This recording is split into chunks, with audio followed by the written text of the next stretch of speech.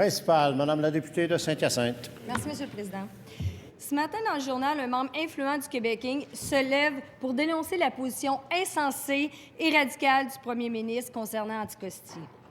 Pas n'importe qui, Marcel Duthil, un ancien libéral notoire, mais surtout propriétaire d'une pourvoirie sur l'île d'Anticosti.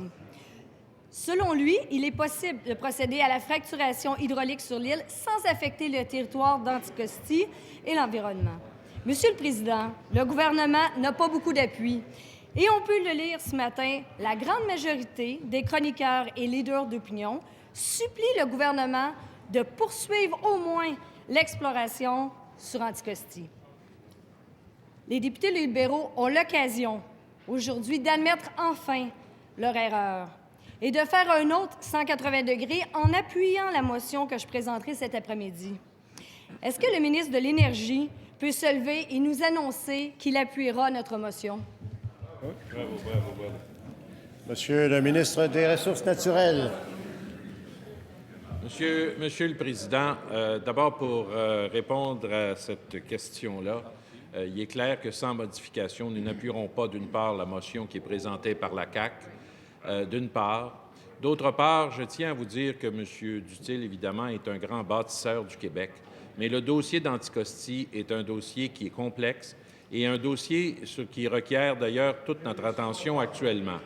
Une chose que j'aimerais vous dire, Monsieur le Président, c'est que l'entente que nous avons sera respectée. C'est une entente qui existe, qui apporte la signature du gouvernement du Québec et qui va être respectée selon, évidemment, les lois et règlements qui existent au Québec. Alors, je pense que c'est très clair. Dans ce dossier-là, nous tenons le même discours depuis le début. Le contrat sera respecté et c'est ce que nous allons faire. Quant à la question de la fracturation hydraulique, vous comprenez actuellement que sur cette question-là, il y a des avis extrêmement divergents sur cette question-là et c'est pour ça que ça nous prend des études qui vont pouvoir nous permettre de prendre les bonnes décisions, Monsieur le Président. Première complémentaire, Madame la députée de Saint-Hyacinthe. Monsieur le Président, la position du gouvernement ne fait aucun sens. Nous ne sommes pas les seuls à le dénoncer.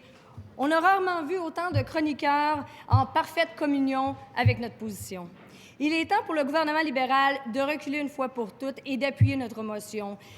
Elle lui demande de respecter ses engagements contractuels concernant Anticosti et d'aller au bout du processus d'exploration. Est-ce que le ministre de l'Énergie peut nous dire si le gouvernement votera pour notre motion? Monsieur le ministre de l'Énergie.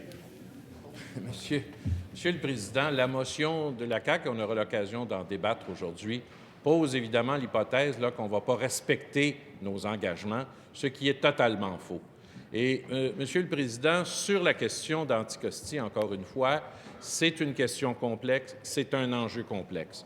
Dans la plupart des dossiers qui touchent les hydrocarbures depuis le début de notre mandat, nous avons appuyé le projet Bourque, nous avons appuyé le projet Galt, nous avons appuyé l'aide que nous avons entre Investissement Québec et Gaz Métro pour tripler la production de gaz naturel liquéfié dans une usine de Montréal.